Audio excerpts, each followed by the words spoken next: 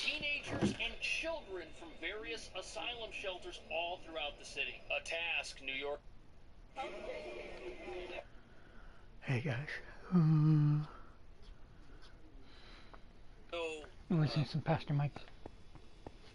there's no Pope there. What do I need to do There's though? no Jesuits there.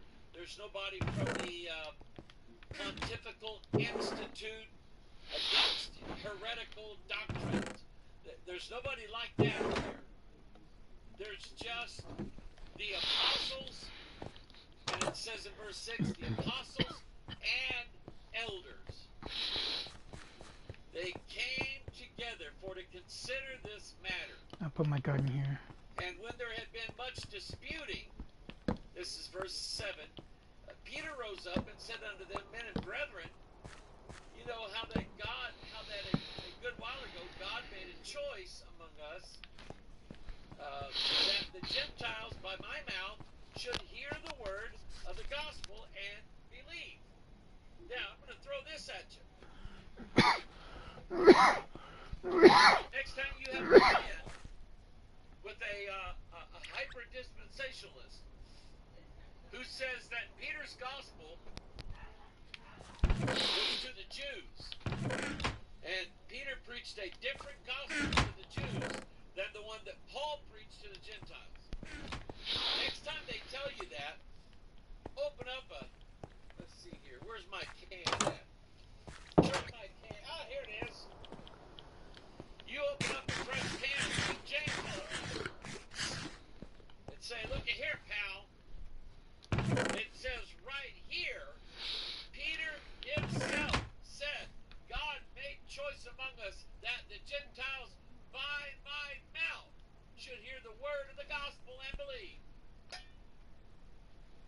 he's talking about going to court with Israel.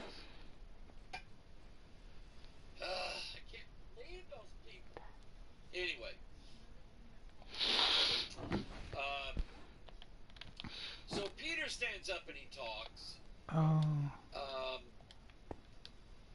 Barnabas and Paul came over. They declared the miracles that God had done among the Gentiles. You know, Paul's out there preaching the gospel to the Gentiles. And so after they talk about it for a while, they came up with 4 things that the Gentiles shouldn't do. Eat things strangled. Eat things that still has the blood in it. The blood is the life, therefore the blood must be drained.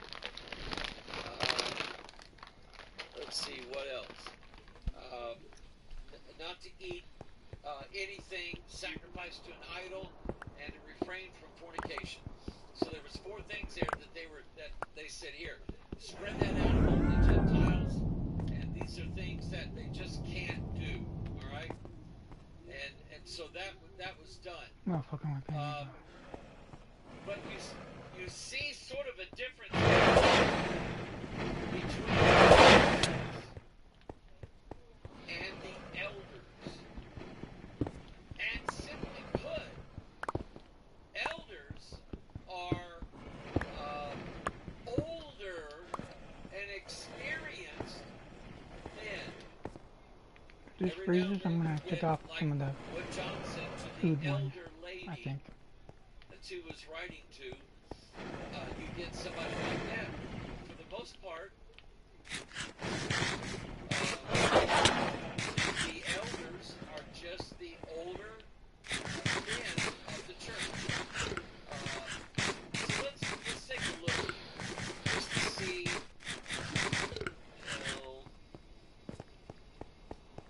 Asterisk. Gives us 199 verses to look at. Let's look at them one by one. What you're not going to see here is that you're not going to see the elders are on the same hierarchical level as are the bishops. Okay? To God be the glory. Luke 22, and as soon as it was day, the elders of the people, the chief priests, the scribes came together. Acts 4:5. And it came to pass on the morrow that verse 8, then Peter filled with the Holy Ghost and them, the rulers of the people and elders of Israel. I listen to music. Older man. Talk to you guys in a bit.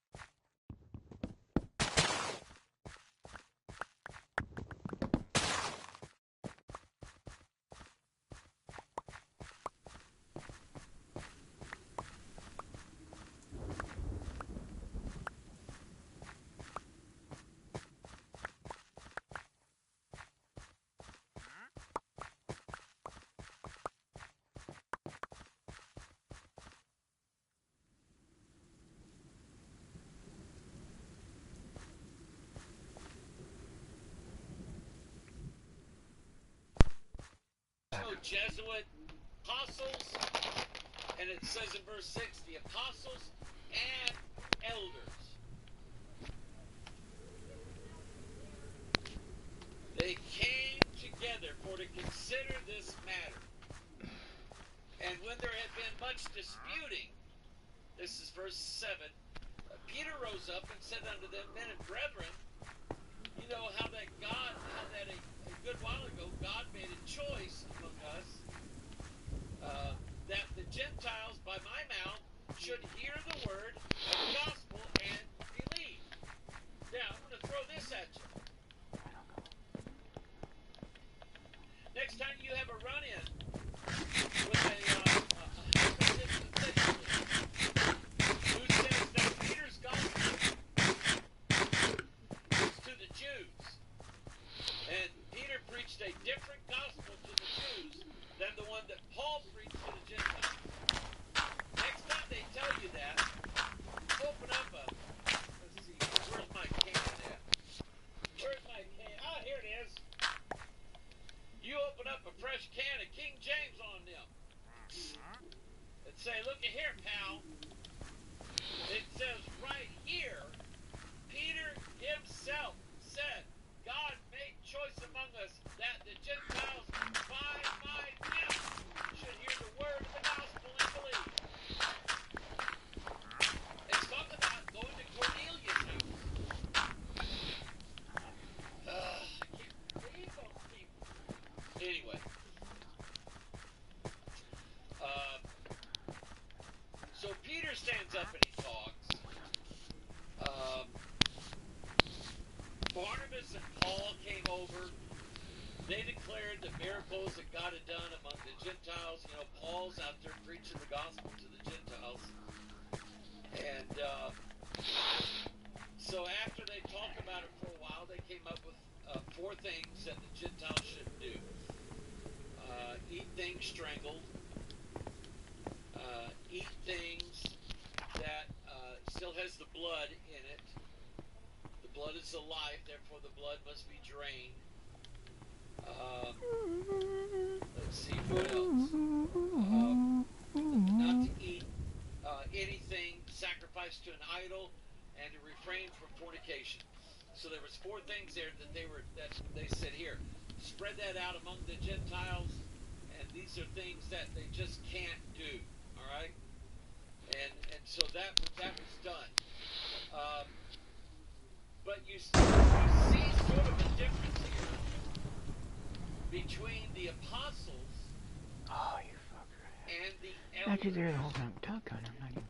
And simply put, elders are older and experienced men. Every now and then you get, like what John said, to the elder lady. To the elder. You get somebody like the elder, that. to the elect. For the most part, to the elect, I think. The elders are just the older men of the church. So let's take a look here, just to see.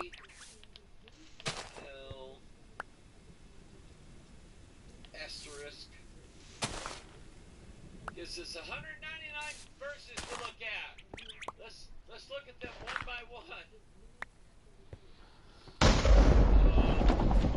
What you're not going to see here is that you're not going to see that elders are on the same hierarchical level as are the bishops. Okay? And Luke 22, and as soon as it was day, the elders of the people and the chief priests, the scribes came together. Acts 4:5. And it came to pass on the morrow that the rulers and elders scribes. Verse 8. The Holy Ghost said unto them, ye rulers of the people and elders of Israel. In other words, if you were an older man, if you had that gray hair coming out of your head, then automatically you received respect as you walked up and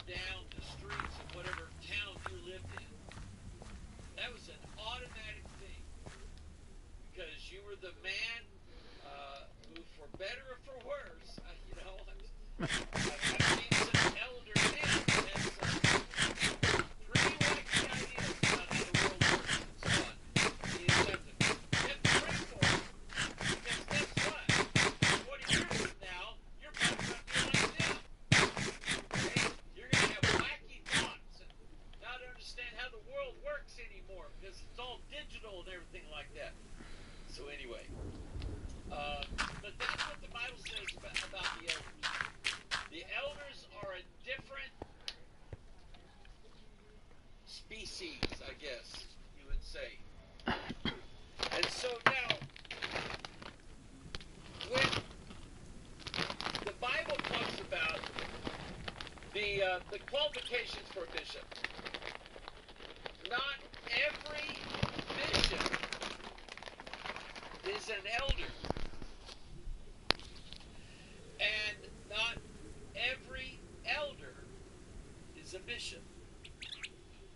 It's two different things. Now you can have it that way, but not all the time. So when God laid out the qualifications for a pastor or a bishop over a church, I mean, the scriptures are right. They must be the husband of one wife. They must rule their family well. And the other things that go along with it. He's not to be a wine chaser, a wine bibber. He's not to be a brawler, and so on. But the only qualification for an elder, it seems, in the scripture, is that they believe in the Lord Jesus Christ and they get older. That's the only thing that I can, in just a little time we spent on this, that's the only thing that I can see is that these elders are not held to the same standard as that of a bishop. We could look at deacons if you want. And now deacons are different too. And they are held to similar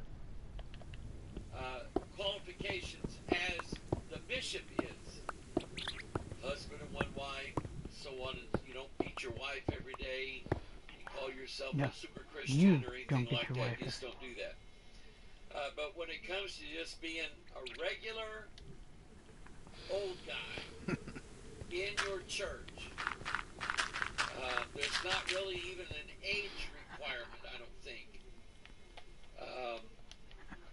But anyway, that's how I would answer that issue, and I hope I didn't make it worse than it originally was. And even though your church bylaws say something in here, and I'm not sure they do.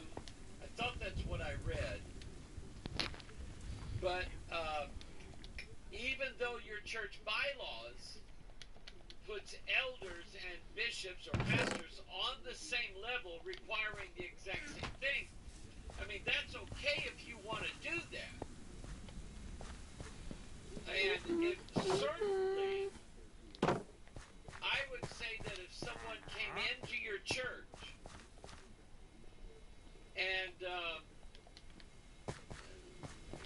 they wanted to be an elder in the church or whatever, if your church and your church's bylaws require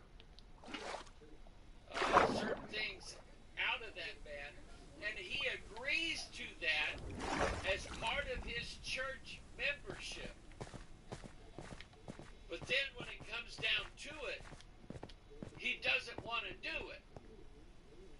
Write that down. It's a rhyme. When it comes down to it, you just don't want to do it. I'll preach that Sunday. Want to do it. I'll preach that Sunday. anyway, that's the only thing I would say. That if your church bylaws say that an elder is held to the same standard as a bishop, which I disagree with that, because clearly the Bible doesn't. But if your bylaws say that and you came into that church as a member of that church, then you are saying to everybody you agree with the bylaws of that church. You will abide by those rules and regulations, and you will not call them into question. You will not violate them. It's as simple as that, and I think God has just the right amount of tolerance to let that go. All right? All right. Now, what do I want to do next? I want to hold on to this. Somebody wrote in and answered the question that I asked on Tuesday. Get over here. Where was your answer? Huh? How come I didn't hear from y'all on what I asked Tuesday? What did I ask on Tuesday? What did I ask? I asked, excuse me, I bet you by Sunday I'm like going to have like junk all in my sinuses and throat and everything. On Tuesday, I asked the question, is it biblically possible that a type of life You're not just looking for. could exist on some other planet? Is it biblically sinuses and throat and everything? On Tuesday, I asked the question, is it biblically possible that a type of life could exist on some other planet other than our own? Is that possible? That life could be elsewhere? Yep.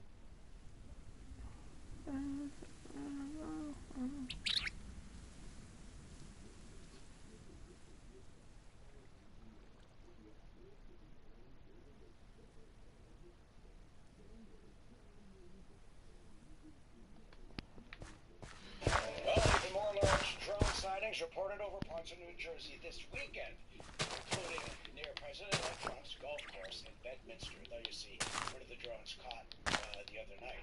Authorities say they're not typical small drones that divide the store, but big, large ones. And the continued mystery now is prompting New Jersey State Senator and Republican candidate for governor, John Brandon.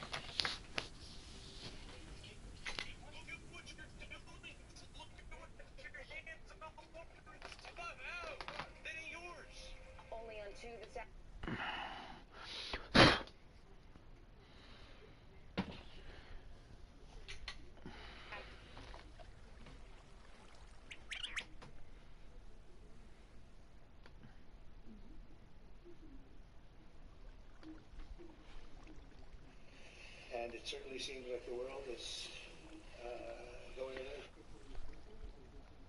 Look up for your redemption draws nigh, thank God.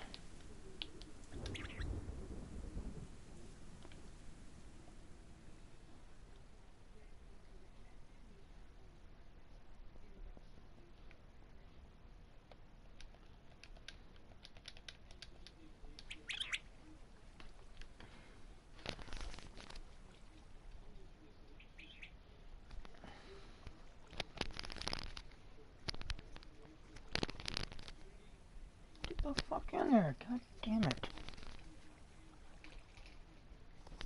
Get so sick of these goddamn headphones.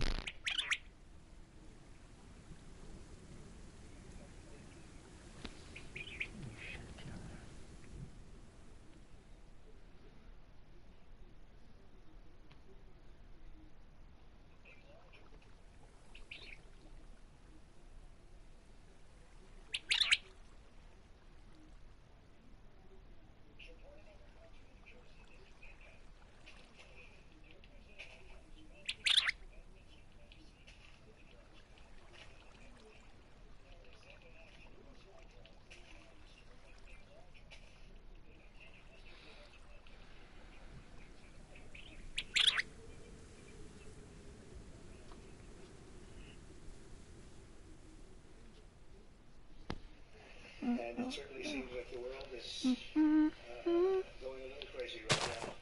And we'll be talking about that. Thank you very much for being here. Merci beaucoup. Yeah, good morning. This is one of the most extraordinary moments in the history of the Middle East. Also this morning, Israeli Prime Minister Benjamin Netanyahu announcing that his country's forces have seized a buffer zone in the Golan Heights established by the 1974 ceasefire agreement with Syria. Syrian troops abandoned their positions. Israel captured the Golan Heights in the 1967 Mideast War and annexed it. And now the international community accepts or the United States views as occupied territory. You could, on the other hand, have rebel leaders who say, you know, we see the trend in the Middle East. It's going to be peace in the Middle East. It's not Iran. We don't like Iran. We see that the future of the Middle East is Arab-Israeli peace agreements. So you could have the trend in the Middle East. It's going to be peace in the Middle East. It's not Iran. We don't like Iran. We see that the future of the Middle East is peace in the Middle East. It's not Iran. We don't like Iran. We see that the future of the Middle East is Arab-Israeli peace agreements. So you could have it the other way. I'm just gonna have to let these grow. I was with Henry Kissinger, Rachel, when he did the first 1973 disengagement agreements after the 1973 Arab-Israeli War. And Syria was always the hardest nut to crack. You know, Jordan, you could figure out Jordan, you could figure out Egypt, you could figure out the Saudis, you could figure out Israel. But Syria was always the hardest nut to crack because it's not one group. It's not one ethnic group in Syria. It's many ethnic groups. It's many tribes. And Bashar al-Assad's father was Hafez al-Assad. He was head of the clan. But now you have nobody in charge. Now that's a country that's been governed by one family for, 60 years? Not clear what happens next. Breaking news on Syria, and this time related to Israel, and Israeli airstrikes are being reported by Reuters, saying that Israel has targeted customs headquarters and military intelligence in a security complex in the Kafr Susa district of Damascus. President-elect Donald Trump reacting, saying that Syria is, quote, not our fight. The president-elect also calling on Russia to take this as a sign to end their war in Ukraine. In fact, yesterday, U.S. forces conducted a dozen of precision strikes, airstrikes, in Syria, targeting camps on top of Celebrations in Damascus as crowds topple a statue. Get the fuck out of here with this shit. Of Islamist rebel group called HTS move across Syria, taking control of the troubled country. Control of major cities, a lightning shift in a long-standing civil war. In the city of Homs, a statue of former Syrian President Hafez al-Assad was toppled by a cheering crowd. Rebel leaders said the city had been fully liberated. This is a historic moment that will distinguish between right and wrong, said the rebel leader Abu Muhammad al-Golani in a recorded video. HTS was founded by Islamist rebel Abu Muhammad al-Golani. It emerged from a group known as Al-Nusra Front that he set up in 2011 in the early stages of Syria's war. Back then, under Golani's leadership, they were a direct affiliate of Al-Qaeda, but reportedly broke ranks with the group in 2017. But make no mistake, this is truly an historic time in the Middle East. I don't think we're seeing such an important moment in many years.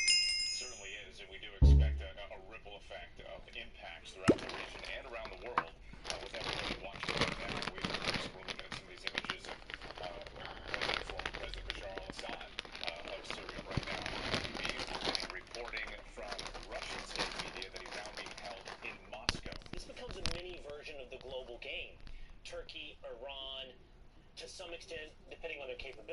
Russia still, and the United States.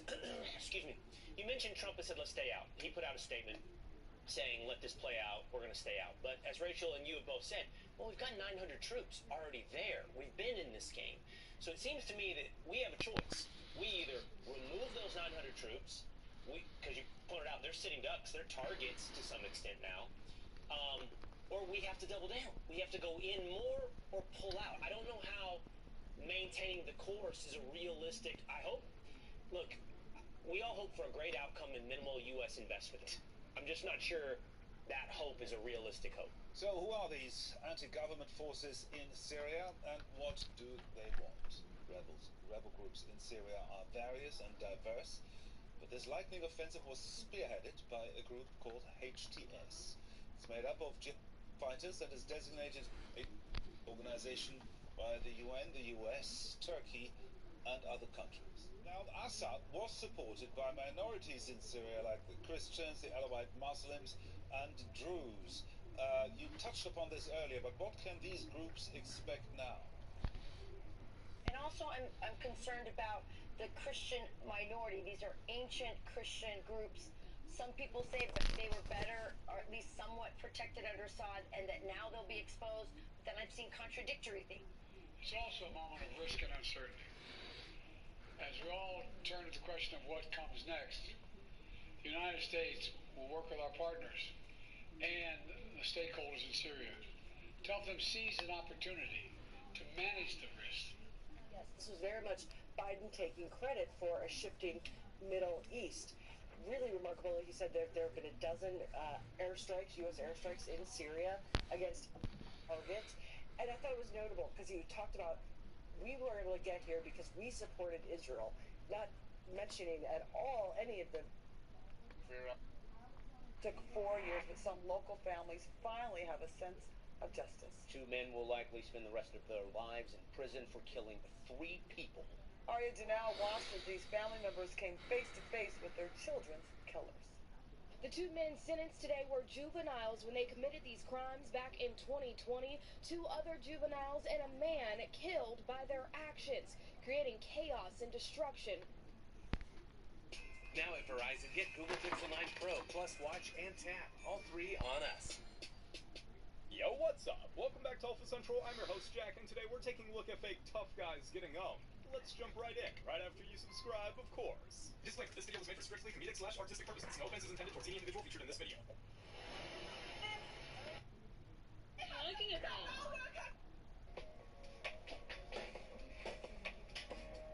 Okay, boys, this is extremely effective in a live combat situation. For your enemy, that is. Party property? What does that mean? The fuck can you not goddamn eat? Excuse you. No one's doing a business. Fucking idiot.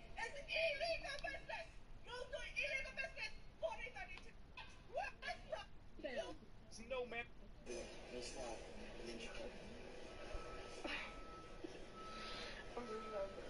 The arrogant laugh as you film that kid to make fun of him is so sad, so disappointing to see.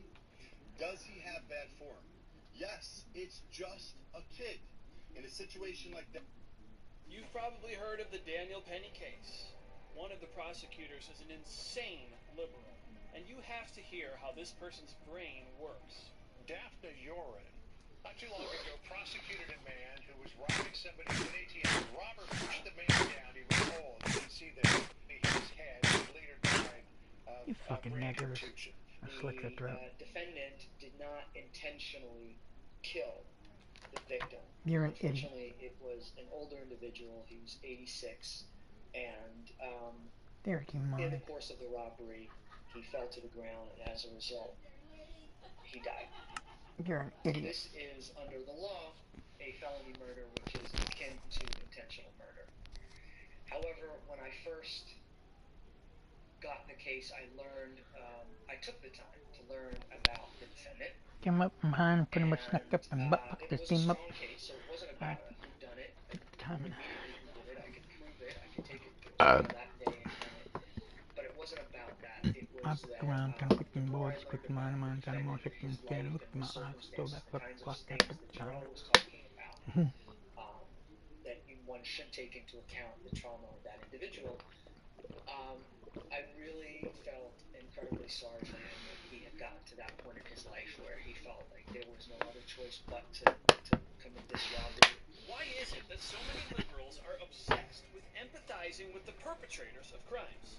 How about it doesn't matter how he got there?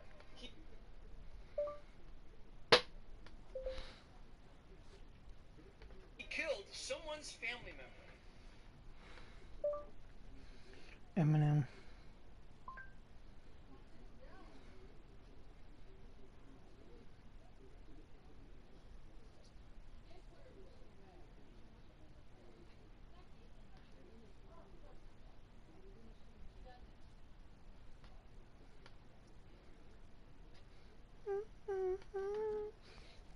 Eminem.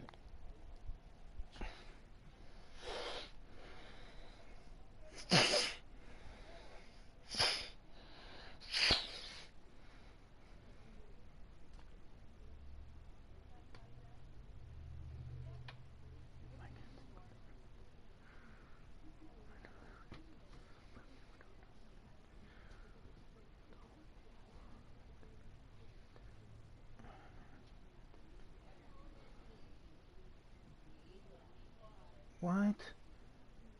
Abu Dhabi concert days after mom's death? That's interesting. Controversial song about her.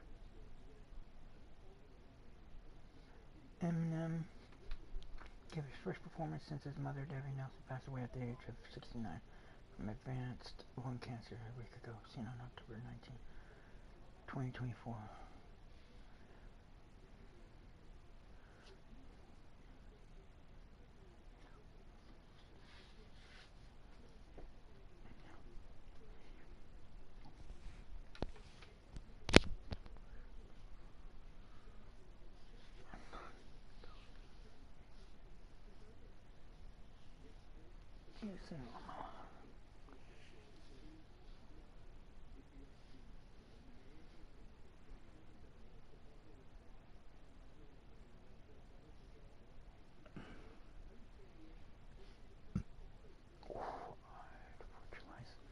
He's dead. Wow.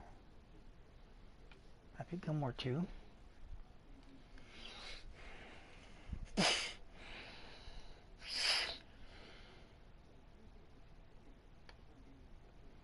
F1.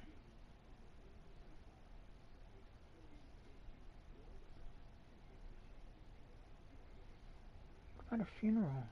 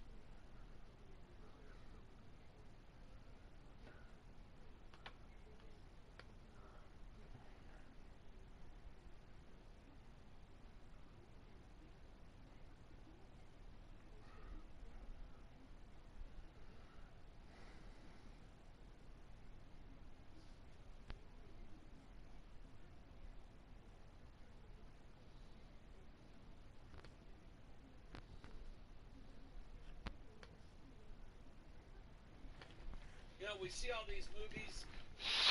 There's Martians, you know, or what we call them Martians. They come from other planets or other solar You systems. idiots. The day the Earth stood still.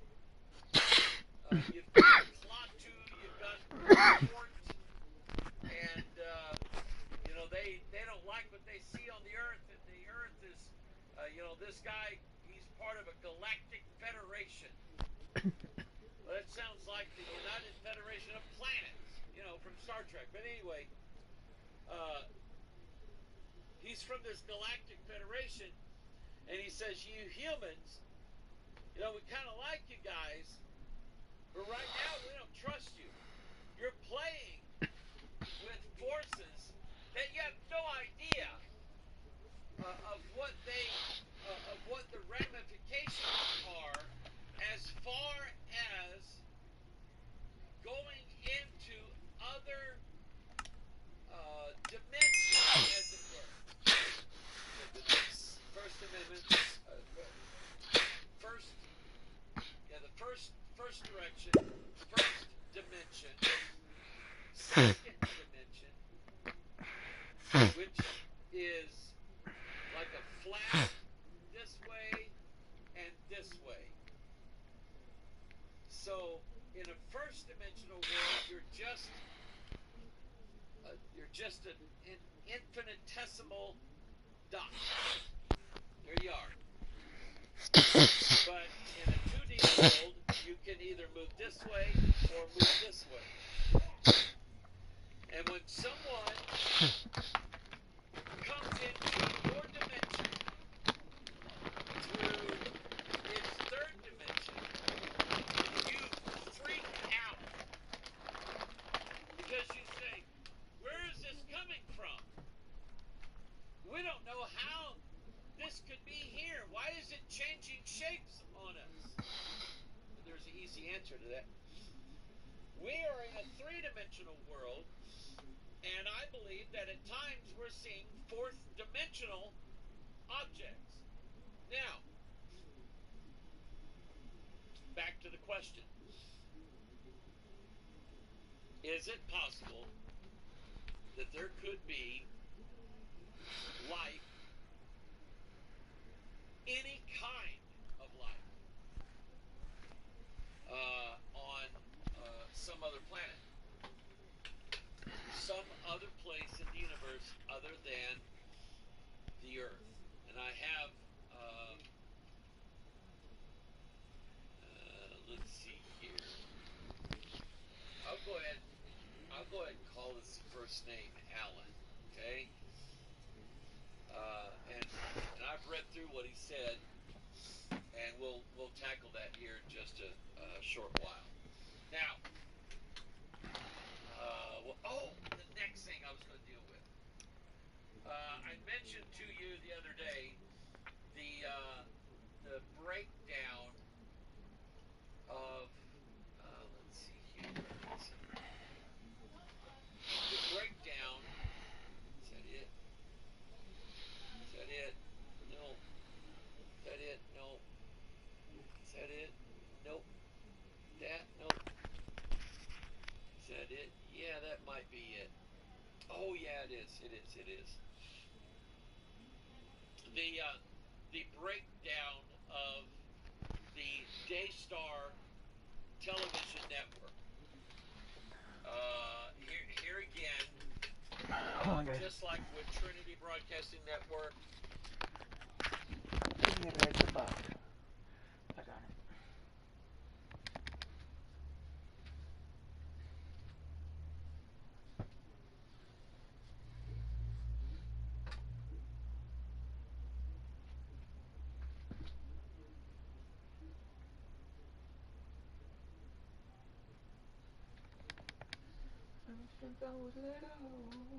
Ever since I was little, looked like fun.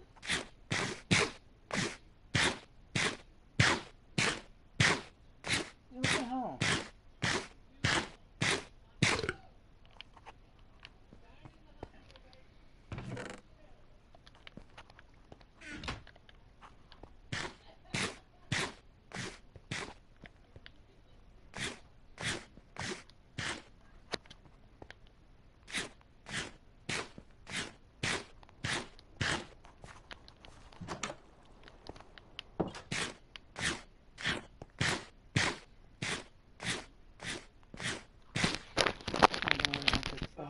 Hold on, be right back.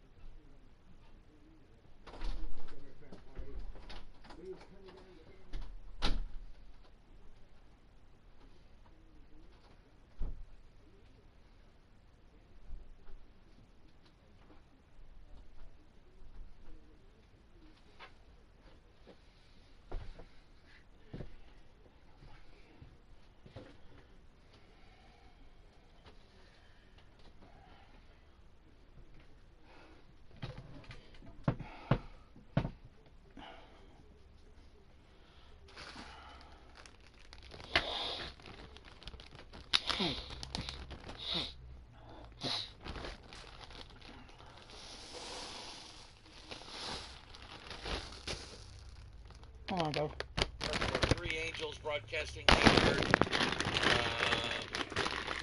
or what else is there? Anyway, just as with these other networks, you are talking about big money, huge, that inhabit evil group of unclean,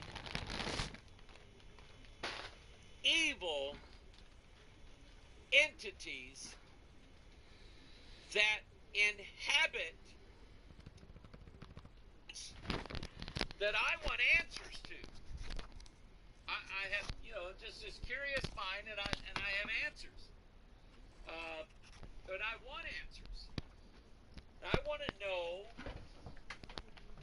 if it's possible that there is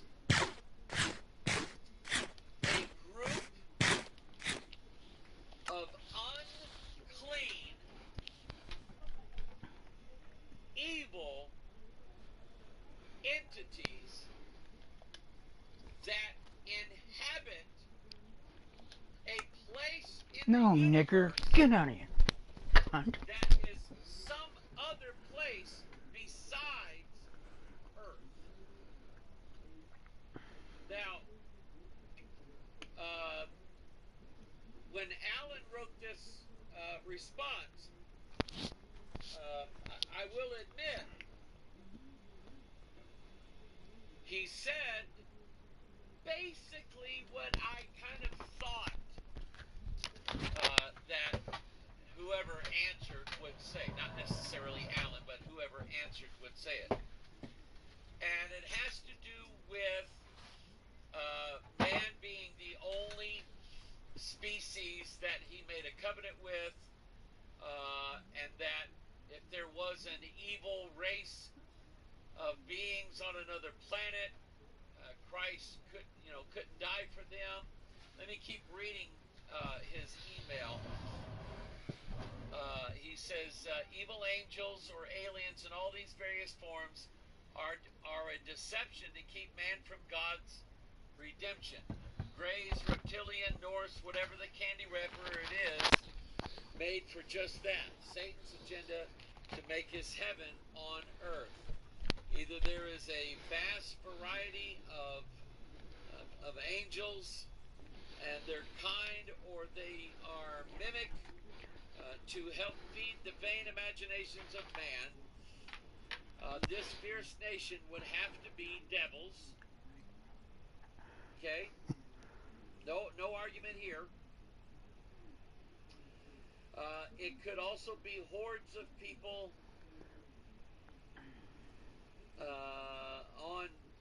on a drugs fully with devils. This has been on the rise. They run and act violently, extreme fears, shouting or screams words that don't make sense. Just think of many men like the men at the Gadarenes. Okay, I got you there. Their sorceries, drug use, thefts, and murders. It might be both men filled with devils. You know as well as I to open oneself to possession,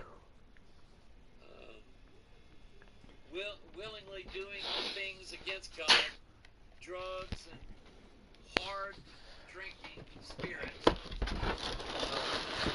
influence of devils. Some of this is not written out all that well. Anyway, sorceries, witchcraft, any of the occult practices use these things to contact familiars and devils. That I agree. If one is not born again, there is no Holy Spirit living in them. Preventing devils from entering their bodies and spirit belong to Satan.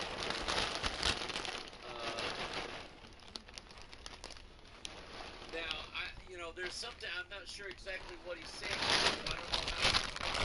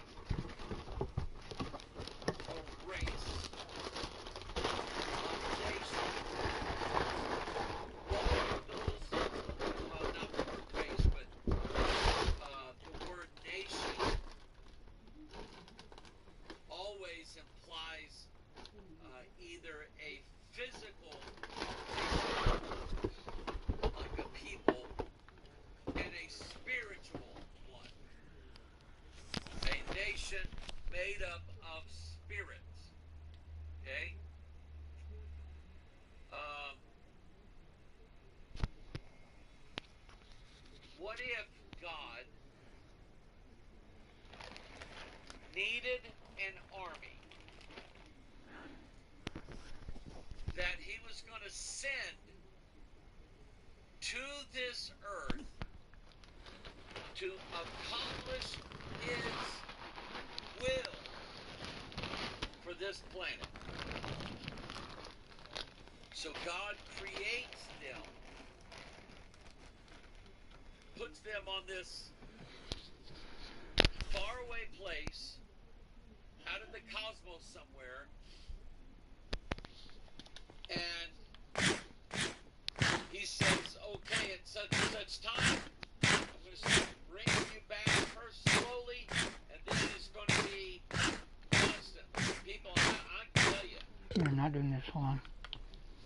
I follow a few YouTube channels and Instagram. There are new UFO sightings every single day. I just clicked. They're all over the place. So you can't just say, oh, that's nothing, it's foolishness, it's just a distraction from the devil. He wants to distract you away from the truth of the gospel. You ought to be preaching the gospel. That's the truth. Okay? But let's say that God created this nation, established them on this planet long time ago, an ancient nation, whom our fathers did not. See, our fathers had never fought anything like this. And that God created them, and that one day God is going to bring them all here to this earth and set up the kingdom of the Antichrist, and they are going to rule over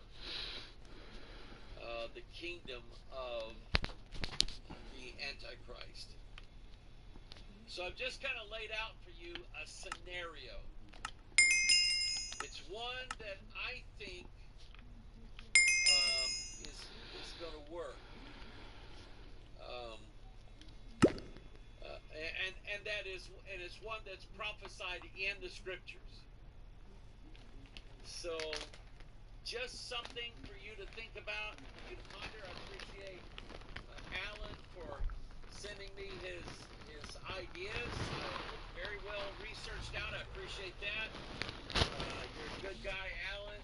And for let's see who else here who sent the emails. From John from Australia.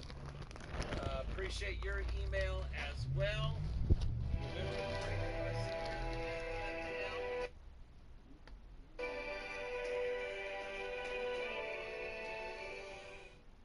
There we go. That's the better music. But anyway, remember to pray for us always here. Pray for our work and our ministry in Kenya. Pray for the pastors in Kenya. I want to encourage them. I do. I want those pastors to know that we're the good guys. That we're not there to take something from them. We're there to give them something. And so pray for them, and pray for our ministry over there, that we can show those people, hey, Bethel Church, they're the real deal. Okay? We'd like to open it up and be able to send our pastors out there some a blessing for Christmas. So pray that God will provide for that. All right? You and them, y'all the reason why we do what we do. Keep us always in your prayers. All right? God bless you.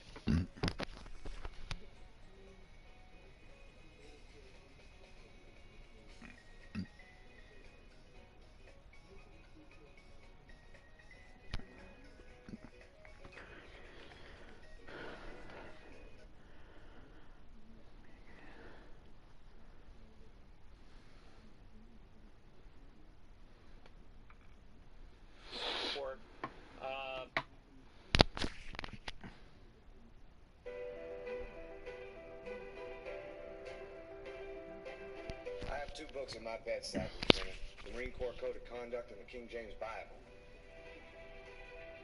I hate snake shots! I hate them!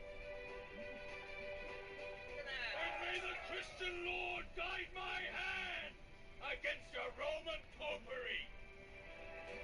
They may take our lives, but they'll never take our freedom! We're on a mission from God. Entitled, you want answers! I want the truth! You can't handle the truth! Maybe we should chug on over to Mamby-Pamby land, where maybe we can find some self-confidence for you, you jackwagon! Coming to you live from his padded cell high atop Bethel Church, the most heralded, the most despised talk show in all of human history. This is the talk show hell hates. This is Pastor Mike Online. Ah, you fuckers.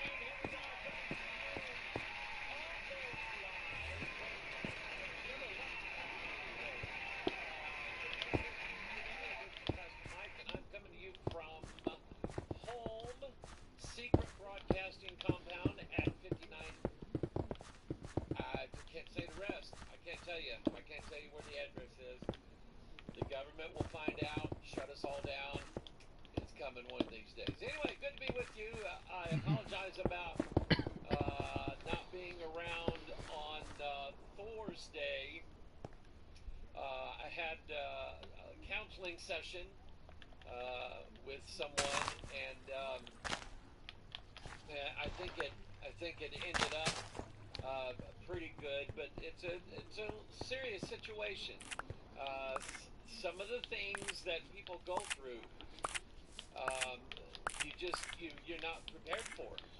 No matter how long you've been in the ministry, or if you're a counselor or whatever, and things like that happen every now and then.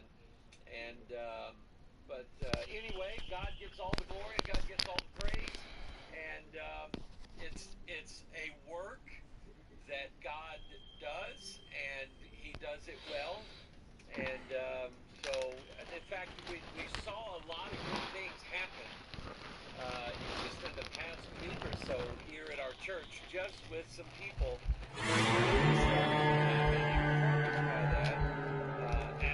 as their pastor. And let me just say this: we've had the addition of some new families, and people that have come and said, "Hey, we're just here to try out the church." We had one guy there Sunday. He said, churches in the area, just kind of see how they are. And I said, great, and the last thing in the world that I want to do in a situation like that is try to put on a show and try to make it, make us into something. Oh, okay.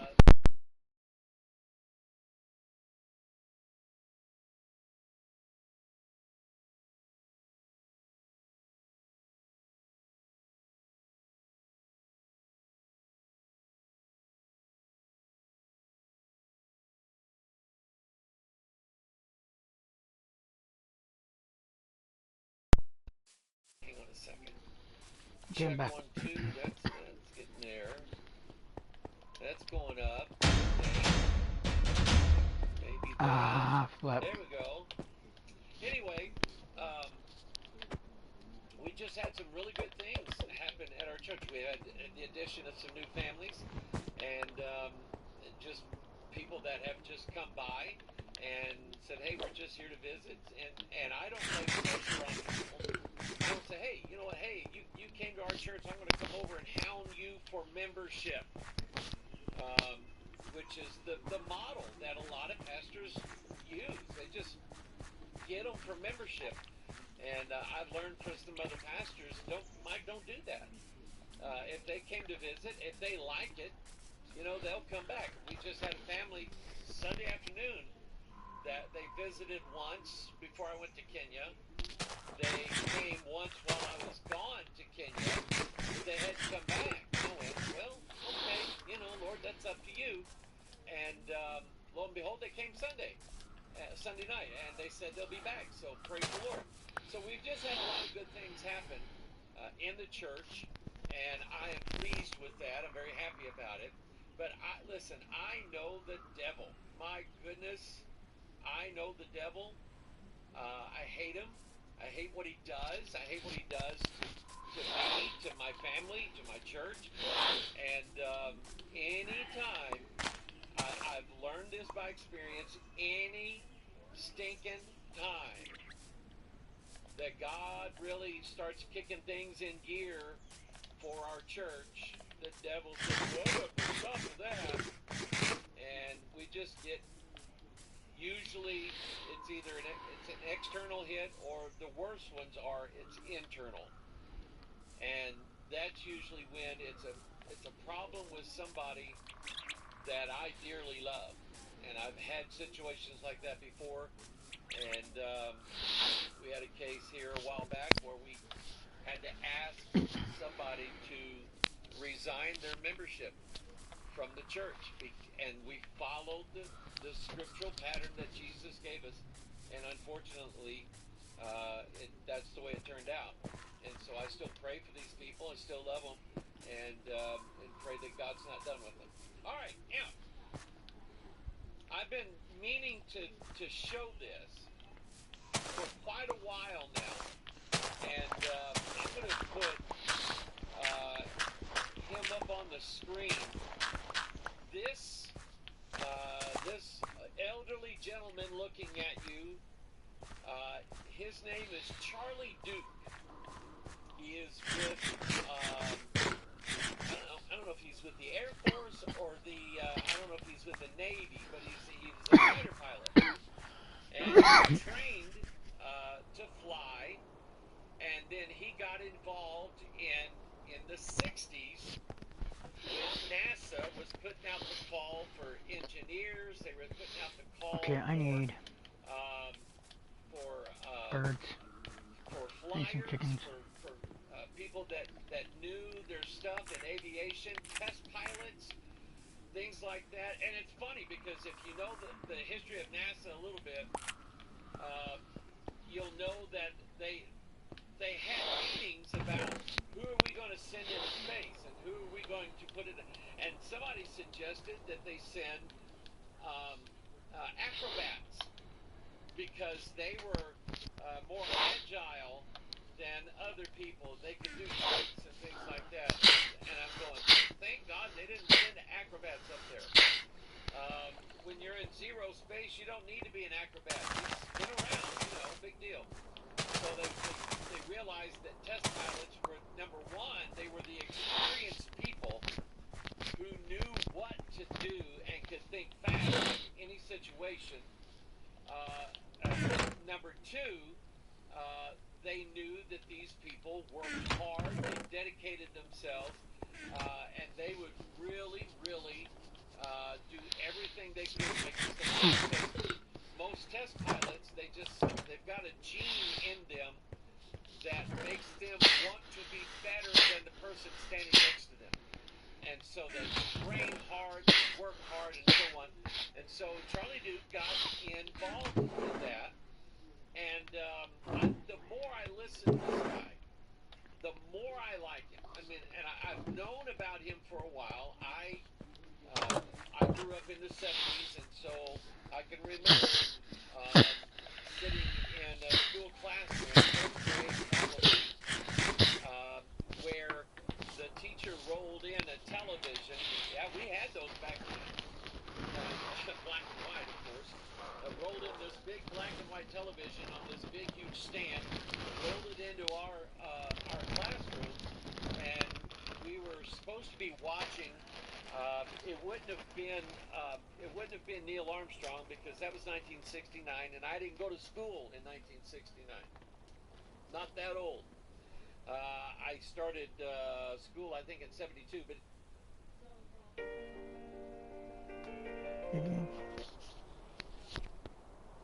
Light was able to make chemicals in us that weren't there before. When I saw this, I immediately realized that everything in medicine was completely ass backwards. And nobody has told you why. I'm telling you why right now. Because you're blue light toxic. Blue light makes you fat. What I tell you my day job was? I'm a neurosurgeon, right? The alpha wave in the human brain is 7.83 hertz. Exactly the same. You have this direct loop that, for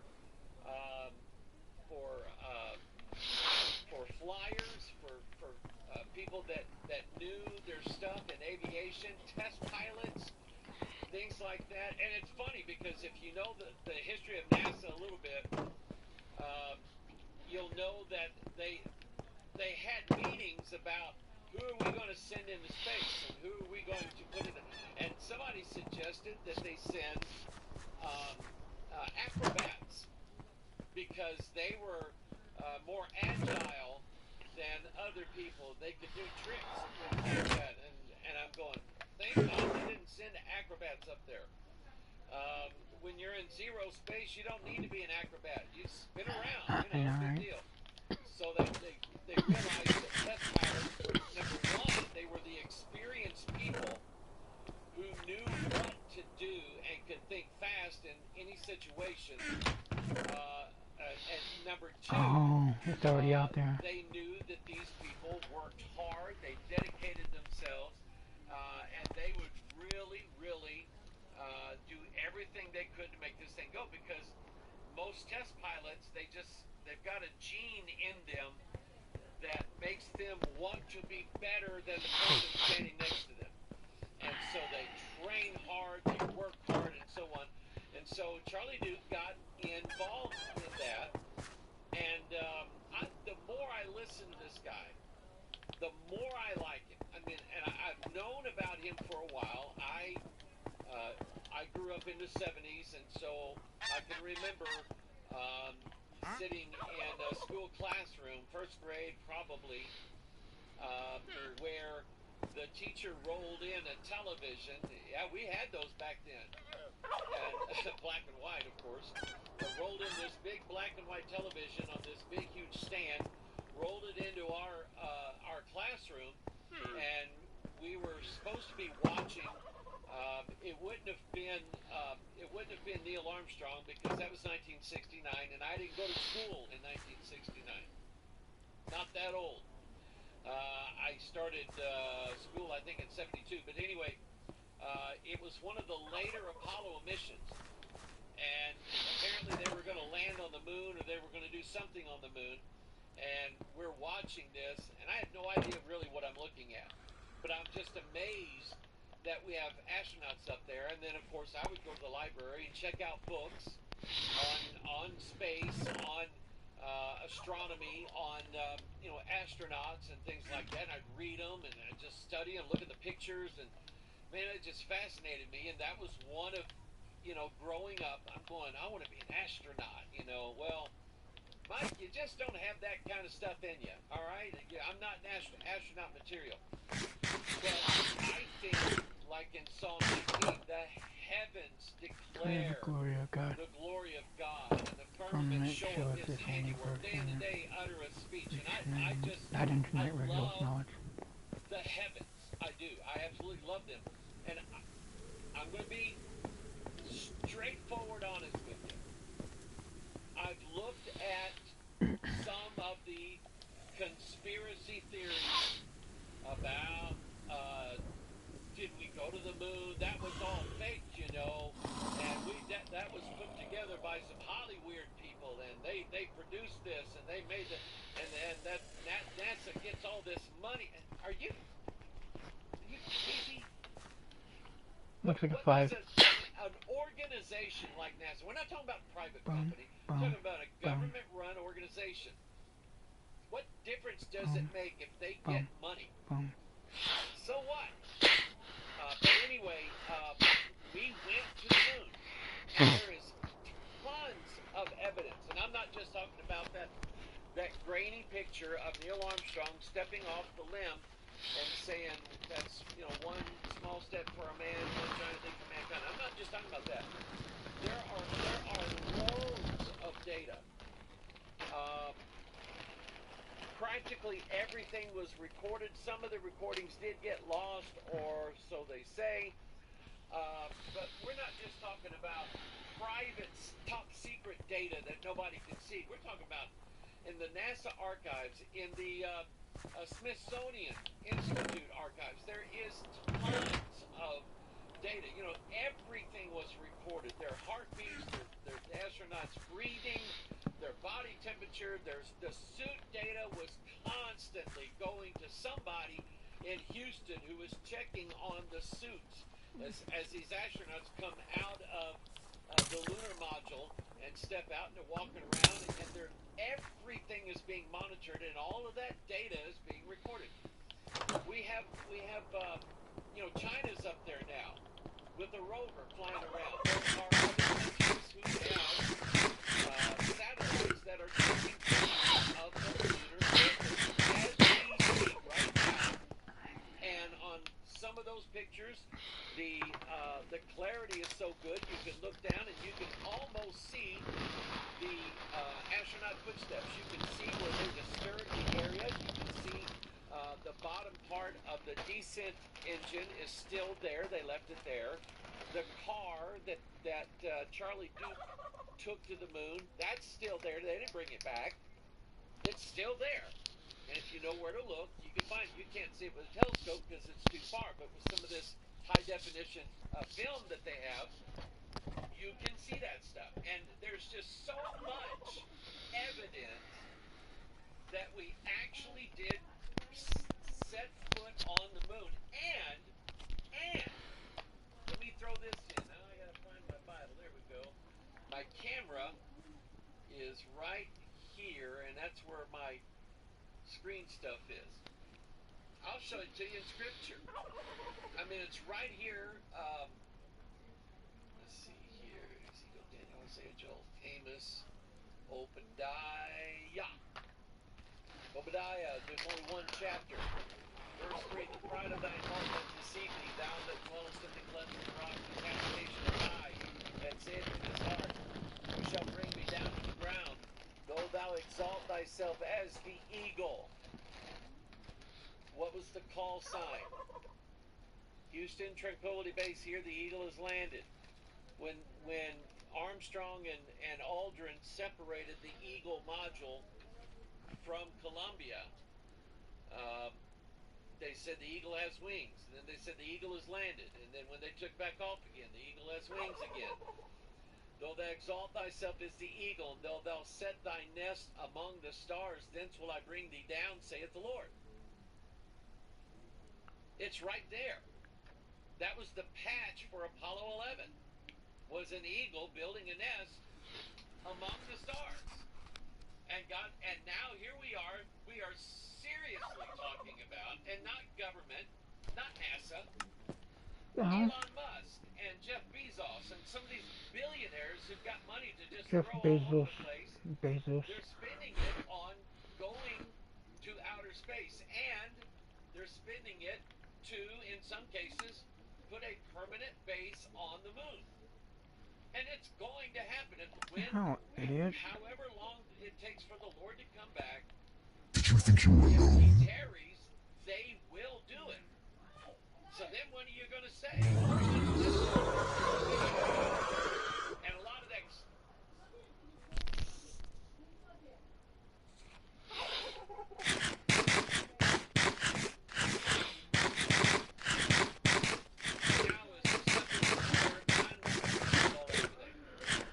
The guy impresses me. Every time I listen to him, a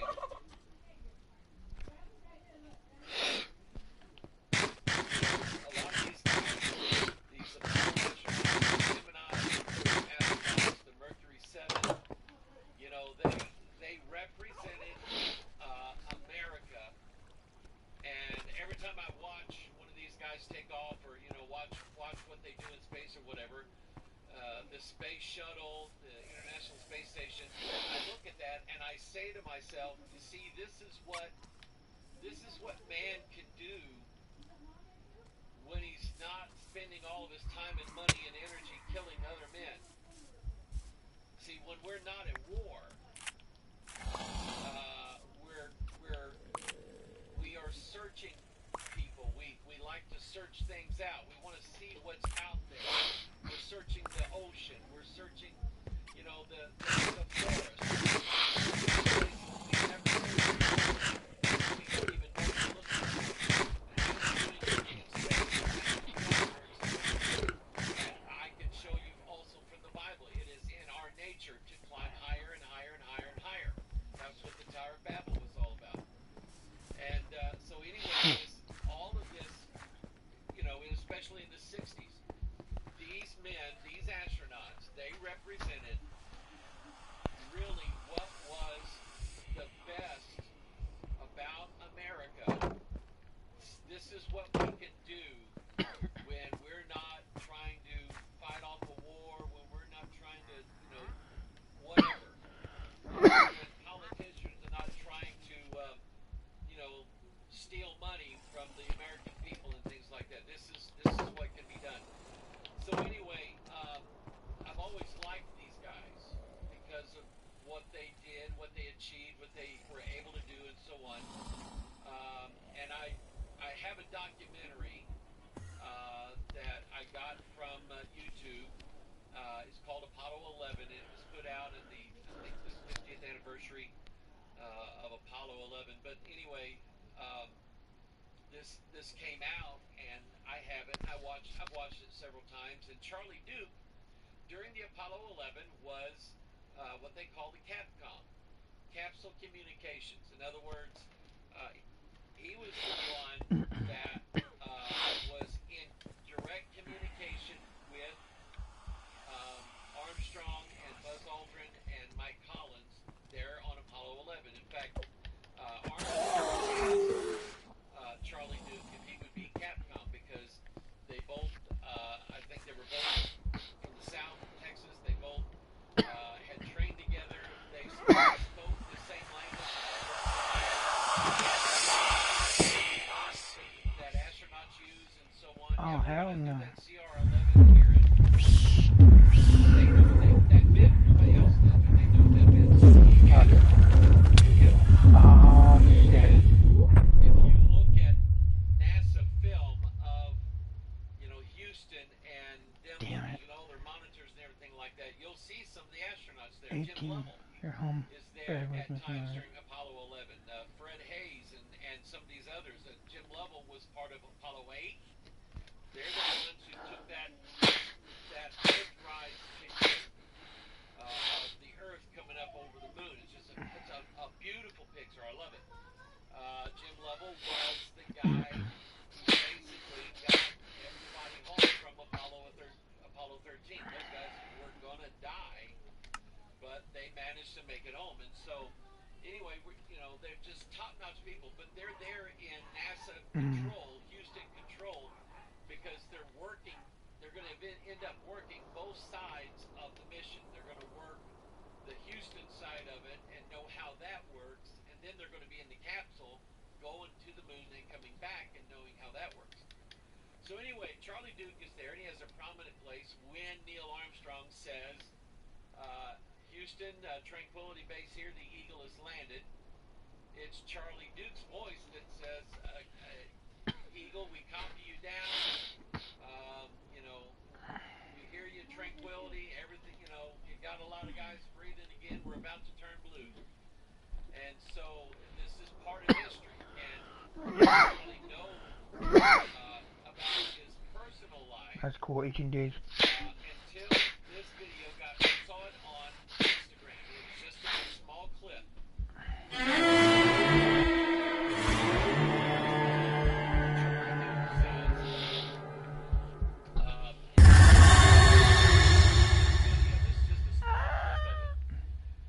He's being interviewed by Glenn Beck. Glenn asks him about his relationship with God. And Duke said, you know, from the time we got married, and, you know, I started working for the Apollo program, he said, we were in church every Sunday. We just went to church. That's what you do. And, but he said, and I couldn't call myself, but I guess I had a head knowledge of it, but it wasn't in my heart. And he said that after Apollo, he said, you know, I stood on the moon. Where do you go from there? I'm 36 years old, and I have ascended to the moon. There's only 12 human beings that have ever could say that, and only 4 of them alive now. And he said, where do you go after that? What do you do? He said, I'm not a millionaire. They don't pay you millions of dollars to go to the moon. He said, I got paid what every other guy made. He said, I got paid what every other colonel made. So anyway, he says, you know, my home life, you know, our marriage was not working, and a lot of those Apollo guys got divorced. A lot of them. Armstrong did. Buzz Aldrin. In fact, he suffered, I think he had to go to a clinic. He suffered from depression. But anyway, just goes to tell you can achieve the highest thing that man can achieve. You don't know Christ. It means nothing. Nothing. So Charlie said that his wife, I think, went to some kind of revival service. And she came back and he's like, I can see a change in her. And he said over the wife, I think, went to some kind of revival service. And she came back and he's like, I can see a change in her. And he said over the next couple of months, I saw my wife, her depression and her distance, it turned to joy. And he said, that got a hold of me. And he said, I came to a point where I submitted myself to God. And he said, I let Jesus go from my head to my heart. And he said, that's where he is now. And I didn't know all of this. And so to hear this Apollo, let's see, he would have been Apollo 16, I think, Charlie Newton. And to hear these guys talk about UFOs, number one, they just don't do it. They don't do it. And we know that they've seen things, but they don't talk about it. And I guess they're good little soldiers. I'm trying to think of the guy, Edgar Mitchell, 6th man to walk on the moon. He came back changed because on the way back from the moon, you don't have as much to do. You don't have a lot. You got 2 days of flight time, you know, coming back from the moon, and then, you know, the 3rd day you're going to go and land on the Earth. And he said, you don't have a lot to do. And he said, I'm staring out at space, and I'm looking at all the stars. Yes, you can see the stars there. And he said, I can see these stars. I can see them better than I ever have before. And he said, it dawned on me that all of their molecules and all of their atoms, he said, at one point, all of the atoms in my body were part of those atoms in all of those stars, because the Big Bang Theory says that all matter was compressed into this tiny little form. It had almost no mass, but it had infinite weight, and kaboom! Then you had it scattered out and make a universe out of it, which is dumb, stupid. Anyway, so he had what's called in the Eastern religions, he had what was called a samadhi experience, which means that basically he had this. He had a paradigm shift. His whole outlook on everything changed. And literally, and this is what I believe, his spirit took over this guy, Edgar Mitchell, and messed his mind up spiritually, because he believes that he literally is one and interconnected with the entire universe. And when he came back, he started an organization. I'm trying to remember the name of it. It was written in one of Dan Brown's books. But he basically believe that if you get enough people to think of the same thing at the same time, it'll happen. Okay? So that's wacko stuff, but it's also mentioned in the Bible that you're not supposed to do that. That's talking to a familiar spirit. We're going to look at the scriptures here in a minute. But here's Charlie Duke now, okay, and he is now right with God. He's got God in his heart. He's ministering. He's witnessing to people. He's living the life and so on. And I'm going to play this clip again. Beck is going to ask him what he thinks about UFOs. All right, here it is. You believe in UFOs, alien life? No, I don't believe in alien life. I believe that God showed me a specific answer to two prayers, that they're demonic, and that they're demonic beings that make an appearance and appear to be real, and they are real. Satan, Bible says Satan can appear as an angel of light. So they can appear, and so nothing human can make a 90-degree turn at 3,000 miles an hour and survive. And so they have these, and I think the purpose is to draw you away from the real God and say, look at us, and this is where you ought to be, because we're superhuman and we can do it. So that's my thing. People laugh at me, Johnny, but I'm not going to be, I don't care. Alright guys, like, comment, subscribe. I'll catch you in the next video. Peace out.